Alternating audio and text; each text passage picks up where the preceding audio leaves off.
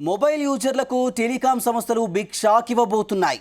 భారతదేశంలోని ప్రముఖ టెలికాం కంపెనీలు 2025 ఏడాది చివరి నాటికల్లా భారీగా మొబైల్ ఛార్జీలు పెంచేందుకు సిద్ధమవుతున్నాయి.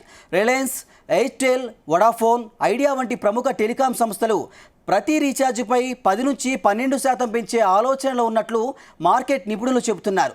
5G నెట్వర్క్ సేవలు విస్తృతంగా పెరగడం, యూజర్లు పెరగడం, స్పెక్ట్రమ్ కొనుగోలు, అధిక ఆపరేషన్ ఖర్చులు వంటి కారణాలతో టెలికాం కంపెనీలు ఛార్జీలను పెంచాలని చూస్తున్నాయి. ఒక్క మే నెలలోనే మొబైల్ యూజర్లు 74 లక్షల మంది పెరిగారు. గత 3 ఏళ్లలో ఒక్క నెలలోనే 74 లక్షల మంది యూజర్లు పెరగడం ఒక రికార్డుగా నిపుణులు పేర్కొంటున్నారు. దీంతో భారతదేశంలోని మొబైల్ యూజర్లు 108 కోట్లకు చేరింది. రిలయన్స్ జియోలో కొత్తగా 55 లక్షల మంది చేరగా, ఎయిర్టెల్లో 13 లక్షల మంది కొత్త యూజర్లు చేరారు. ప్రతి నెల యూజర్ల సంఖ్య పెరుగుతున్నందున ఛార్జీలు పెంచేందుకు టెలికాం సంస్థలు నిర్ణయించినట్టు తెలుస్తోంది. గతేడాది జూలైలో సాధారణ ఛార్జీలపై 11 నుంచి 23% పెంచాయి. ఛార్జీలు పెంచిన ఏడాది పూర్తి కావస్తున్నందున ఈ ఏడాది చివరికల్లా మరోసారి ఛార్జీలు పెంచాలని టెలికాం సంస్థలు భావిస్తున్నట్లు సమాచారం.